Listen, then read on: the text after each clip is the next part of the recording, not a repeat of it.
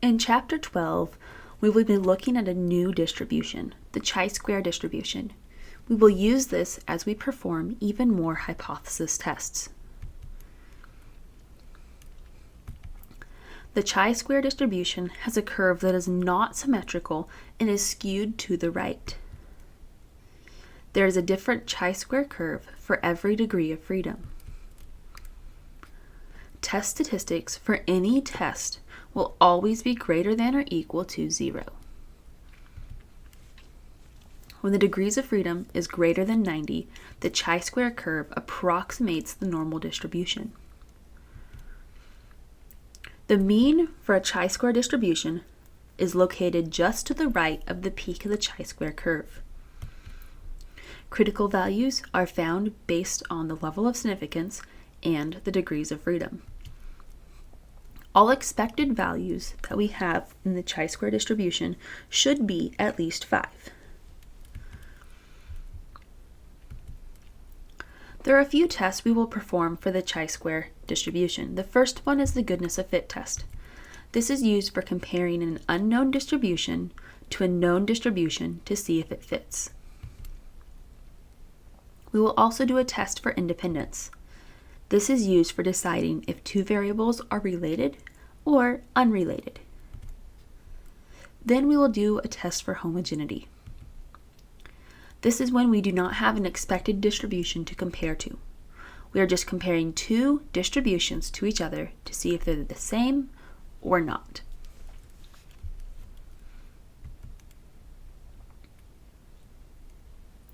We have 5 steps every time we perform a hypothesis test.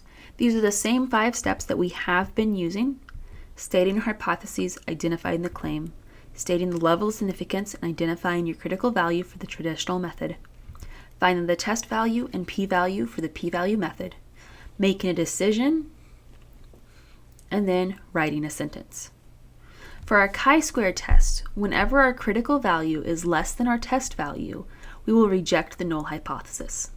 We can still use the p-value method of decision making just as we always have, following the same guidelines. Let's start with the goodness of fit test. This chi-square test statistic is found by this formula. Chi-square equals sigma, summation, of O minus E, quantity squared, divided by E, where O is for observed values, E is for expected values. There are degrees of freedom, and the degrees of freedom is the number of categories minus 1. We have 2 hypotheses that we will always use when we're using the goodness of fit test. The null hypothesis is that the distribution is a good fit to the expected. The alternative hypothesis is the distribution is not a good fit to the expected.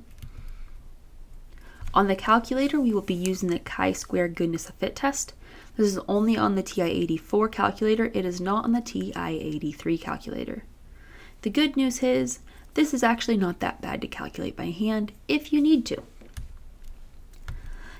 Now, we can find the p-values on every calculator still. If you have your test value, then you can use the chi-square CDF function found in the distribution menu, so second vars.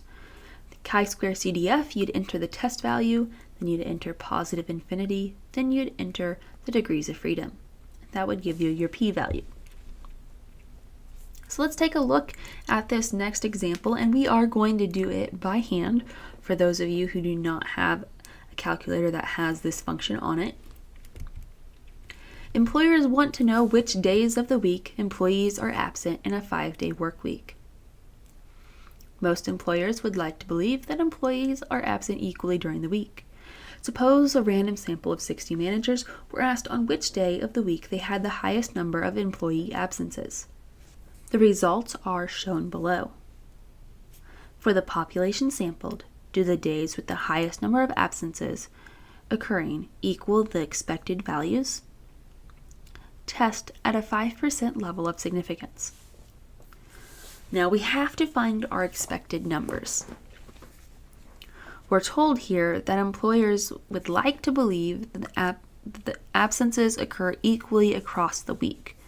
So if there's 60 managers reporting the day of the highest absences, We would like to believe that those 60 managers are spread out equally between the 5 different days.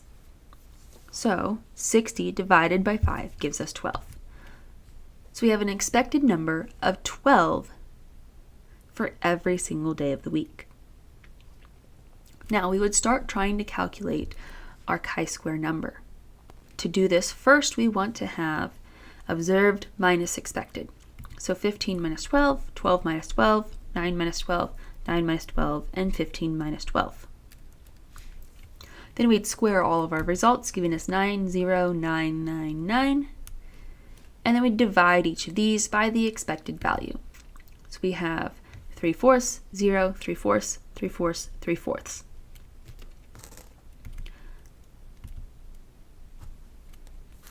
So let's start our hypothesis test. Our null hypothesis is the absent days occur with equal frequencies and fit a uniform distribution.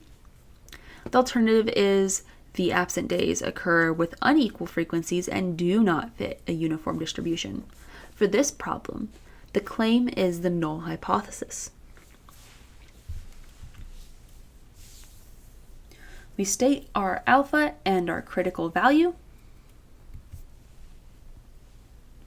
Our chi-square value is found from adding that row up or by using the goodness of fit test on the calculator. And then our p-value is found either by using the goodness of fit test on the calculator or by using the chi-square CDF function on your calculator. We then decide do not reject the null hypothesis, and there is not enough evidence to reject the claim that the absent days occur with equal frequencies and fit a uniform distribution.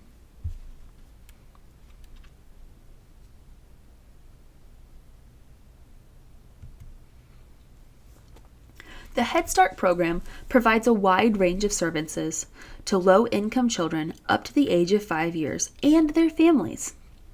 Its goals are to provide services to improve social and learning skills and to improve health and nutrition status so that participants can begin school on an equal footing with their more advantaged peers. The distribution of ages for participating children is as follows. 9% are 5-year-olds. 45% are 4-year-olds, 33% are 3-year-olds, and 13% are under 3 years.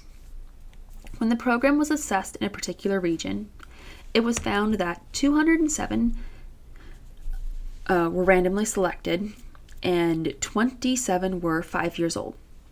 93 were 4 years old, 56 were 3 years old, and 31 were under 3. Perform a test to see if there's significance evidence at a alpha equals 0.05 level of significance that the region's proportions differ from the national proportions. So we're claiming that the local distribution is not a good fit to the national distribution. So our claim is the alternative hypothesis. Alpha equals 0.05. And from using the goodness of fit test on our calculator, we would find that chi-square is 6.601 and p is 0.086. In order to find this, we need to list out all of our observed values and all of our expected values. We want to make sure that we change the percentages into values instead of percentages. So to do this, we'd take 9% as a decimal, so 0.09, times the 207, the total number of participants in our study. And then we do 0.45 times 207, 0.33 times 207, and 0.13 times 207. Now, to perform the goodness of fit test on your calculator, you would want to list your observed values in list 1 and your expected values in list 2. Then you'd use your goodness of fit test. The goodness of fit test can be found using stat, then over to tests, and scrolling most of the way down. You will likely also be asked for the degrees of freedom. There are 4 categories here, so that means you have 3 degrees of freedom. We make the decision, do not reject the null hypothesis. Thus, we're able to say there is not enough evidence to support the claim that the local distribution is not a good fit to the national. Next, we will look at the test for independence. Chi-square is calculated with the same formula for this one. We will need to calculate our expected values, though. To calculate the expected values, we'll have a column total and a row total, and we'll multiply those together and divide by the grand total. Degrees of freedom will be number of columns minus 1 and times the number of rows minus 1. The hypotheses are that the variables are independent or that the variables are dependent. On your calculator, you'll use the chi-square test. This is found in all calculators. You will want to enter your values into matrix A. You'll be using that for your observed values. And then after performing the test, you can look back at matrix B to find the expected values. You can always, though, use the formula that I gave you for finding expected values.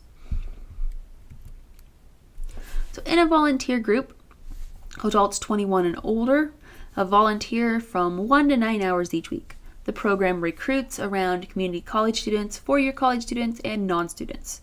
Perform a test to see if the hours volunteered is independent of the type of volunteer at a 5% level of significance. So we're given this data here. If we were to enter this into our calculator, we would want to enter everything except for the totals. So we would have a 3x3 matrix because we have 3 rows and 3 columns. A matrix is always determined by the number of rows times the number of columns. 3 rows by 3 columns for this one, ignoring those total values. If we wanted to do it by hand, though, we absolutely could. We could list these expected values in parentheses. Finding the expected values, you would take your row total times your column total, divide it by the grand total, and we'd come up with all of these values listed in parentheses that are the expected numbers. We then could do observed minus expected, and then square all of those values, divide that by our expected numbers, and add it all up to get that chi-square equals 12.9911.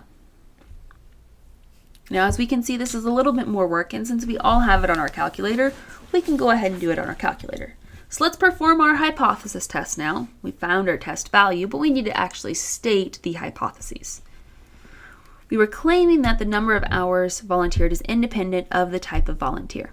So our null hypothesis is the claim. The alternative hypothesis is the number of hours volunteered is dependent on the type of volunteer. Next, we state our level of significance and our critical value. And then from our calculator, using the chi-square test by entering matrix A, going to the chi-square test, saying matrix A has observed values.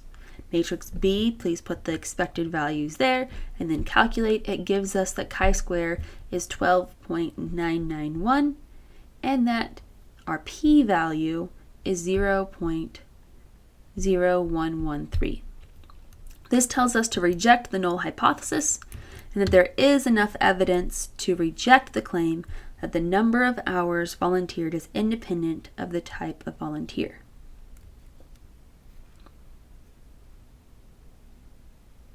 Now, we could always go back to matrix B and find the expected values from this problem. We have to perform the test first for it to give us the expected values, though.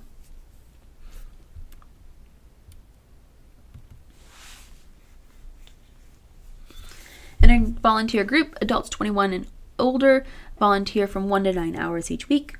The program recruits around community college students, four-year college students, and non-students. Perform a test to see if the hours volunteered is independent of the type of volunteer at a 5% level of significance. So we have our information given to us. We can find our expected values here.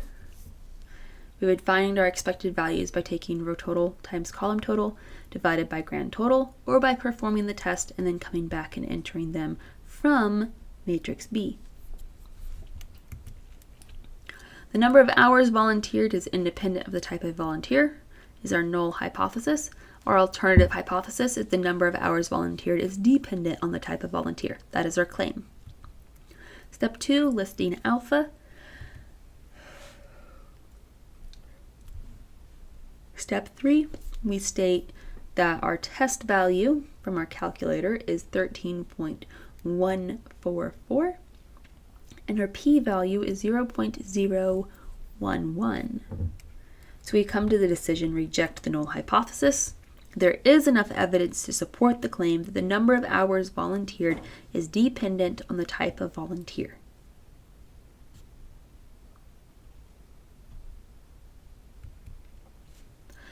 Next, we can do a test for homogeneity.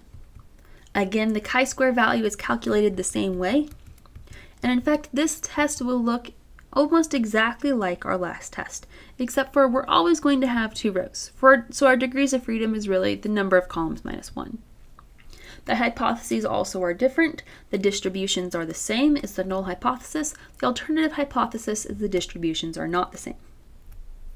We do this by using the chi-square test. It is found on all of the calculators.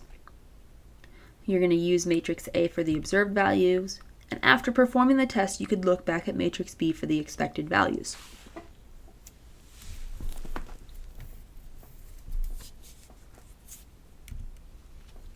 Do male and female college students have the same distribution of living arrangements?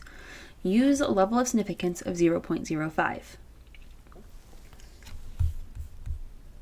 Suppose that 250 randomly selected male college students and 300 randomly selected female college students were asked about their living arrangements, dorm, apartment, with parents, or other. The results are shown below. So I've put the expected values here in the parentheses. We could find them by doing row total times column total divided by grand total, or we could go back in our calculator after performing the test. Here I'm doing it by hand though. So then our observed minus expected, squaring those values, dividing by the expected value then, and adding them all up, we should be coming up with 10.1218. Now I do go quickly over this because I really expect that you'll end up using the calculator, though if you do want to come back and do it by hand, that is absolutely acceptable as well. So let's perform our hypothesis test. Our null hypothesis is males and females have the same distribution of living arrangements. That's our claim. The alternative hypothesis is males and females do not have the same distribution of living arrangements.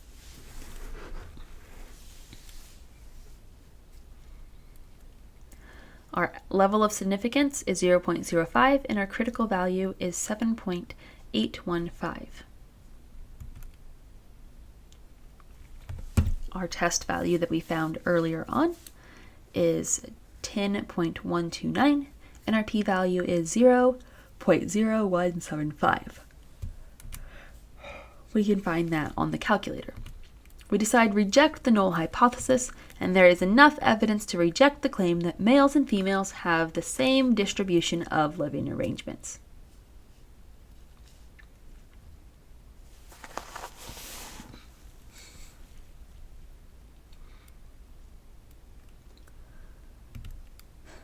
An advertising firm has decided to ask 90 customers at each of the 4 local shopping malls if they are willing to take part in a market survey research. At a 0.01 level of significance, is there evidence to show that the 4 shopping malls have different distributions? Our null hypothesis would be the 4 shopping malls have the same distribution of customers who are willing to take part in the survey.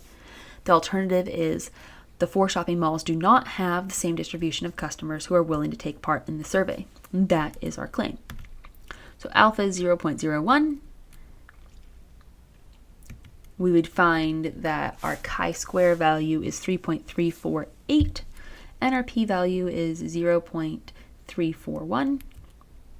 We would decide do not reject the null hypothesis. There is not enough evidence to support the claim that the 4 shopping malls do not have the same distribution of customers who are willing to take part in the survey.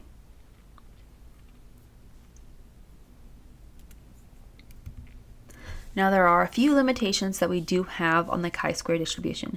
The biggest one being that the chi-square test has to have expected values that are at least 5. To avoid this, we need either larger samples or combine our categories together. Combining categories can skew the results, so we would need to try to have larger samples, ideally.